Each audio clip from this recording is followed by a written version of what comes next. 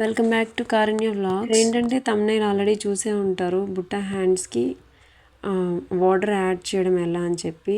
అది కూడా ఏంటంటే ఖర్చు కనబడకుండా ఇన్విజిబుల్గా స్టిచ్ చేయడం ఎలా అని చెప్పి చూసే ఉంటారు. మనం టైప్స్ ఆఫ్ బుట్ట హ్యాండ్స్ చూసింటాం, లైక్ బాహుబలి హ్యాండ్స్, ఇంకా షార్ట్ బుట్ట హ్యాండ్స్ ఉంటాయన్నమాట. చాలా టైప్స్ ఉన్నాయి. ఏ టైప్కైనా కూడా బార్డర్ని ఇప్పుడు నేను ఎలా చెప్పానో అలానే జాయింట్ చేయాలి. అలా జాయింట్ చేస్తేనే మీకు ఖర్చు కనబడకుండా ఉంటుంది. ఫస్ట్ ఆఫ్ ఆల్ ఇలా పెట్టి చూసిన తర్వాత ఈ మెయిన్ క్లాత్ ఉంటుంది కదా, ఆల్రెడీ మనం స్టిచ్ చేసుకున్న బుట్ట హ్యాండ్స్కి యాడ్ చేసేయాలి. అంటే రాంగ్ సైడ్ పెట్టి యాడ్ చేసుకోవాలి. ఇలా స్లోగా స్టిచ్ చేసుకొని ప్లీట్స్ ఎక్కడ డిస్టర్బ్ కాకుండా స్టిచ్ చేసుకోవాలి. ఇక్కడ ఏంటంటే 1/2 ఇంచ్ పట్టుకొని స్టిచ్ చేసుకుంటే సరిపోతుంది. ఆల్రెడీ మనం కట్ చేసుకునేటప్పుడు ఈ 1/2 ఇంచ్ వదులుకుంటాం కదా, అదే సరిపోతుంది. నార్మల్గా తొందరగా అయిపోవాలని చెప్పి కొంతమంది టైలర్స్, అందరినీ చెప్పట్లేదు, నార్మల్గా పైకి కనిపించేలాగే స్టిచ్ చేసేస్తుంటారు ఖర్చుని. పైకి కనబడితే ఏమైనా అవుతుందా అంటే ఏం కాదు. కాకపోతే ఒక ఫినిషింగ్ అనేది ఉంటుంది కదా, మనం రివర్స్ చేసి చూసినప్పుడు దాని ఫినిషింగ్ కావచ్చు, లేకపోతే ఆ థ్రెడ్స్ అంతా కనిపించడము కొంచెం ఆక్వర్డ్గా ఉంటుంది. స్టిచ్ చేసుకున్నాం కదా, అలానే మెయిన్ క్లాత్ని అలా మడుచుకుంటూ ఇలా లైనింగ్ పైన పెట్టాలి. మళ్ళీ 1/2 ఇంచ్ స్టిచ్ చేసుకోవాలి. మీరు నార్మల్ మిషన్ అయినా పవర్ మిషన్ అయినా అంతా ఒకటే అండి. కొంతమంది ఏంటంటే పవర్ మిషన్ కదా ఫినిషింగ్ బాగా వస్తుంది అంటారు. అదేమీ లేదు. దీన్ని యూజ్ చేయకముందు నేను నార్మల్ మిషన్ని యూజ్ చేశాను.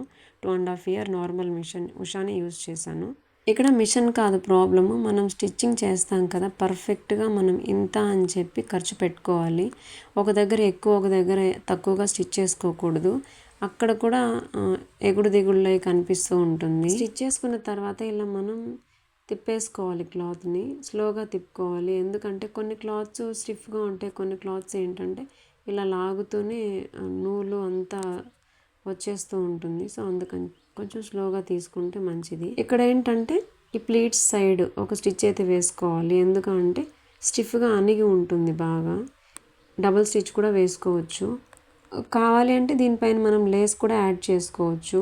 ఇప్పుడు ఇది ఉంది కదా, స్కై బ్లూ లేస్ కావచ్చు, లేకపోతే సిల్వర్ కలర్ లేస్ కావచ్చు, యాడ్ చేసుకుంటే ఇంకా బాగుంటుంది. బట్ నన్ను కస్టమర్ అయితే అలా అడగలేదు కాబట్టి నార్మల్గానే స్టిచ్ చేశాను. అండ్ ఫైనలీ వాళ్ళైతే ప్రిన్సెస్ కట్ బ్లౌజ్ ఇలా స్టిచ్ చేయమని చెప్పారు. Front round neck. ఎవరికైనా ఇంట్రెస్ట్ ఉండి టైలరింగ్ నేర్చుకోవాలి అనుకుంటే చాలా ఈజీగా అయితే నా ఛానల్లో నేర్చుకోవచ్చు. ఎందుకు అంటే అందరిలాగా కాకుండా నేను కొన్ని టిప్స్ ప్రకారం మీకు నేను చెప్పేస్తాను. ఈవెన్ నేను కూడా యూట్యూబ్లో చూసే నేర్చుకున్నాను. 1 dayలోనే నేను cross cut, normal cut blouse నేర్చుకున్నాను. ఇలానే యూట్యూబ్ చూస్తూ. యూట్యూబ్ మనకి చాలా మంచి ప్లాట్ఫామ్. అసలు నా టైలరింగ్ జర్నీ ఎలా జరిగింది, ఎలా స్టార్ట్ అయ్యింది అన్నది నేను ఒక వీడియోలో అయితే అప్లోడ్ చేస్తాను, లాంగ్ వీడియోలో. నా వీడియోస్ అండ్ నా టిప్స్ కనుక మీకు నచ్చినట్లయితే please do comment and subscribe. Thanks for watching.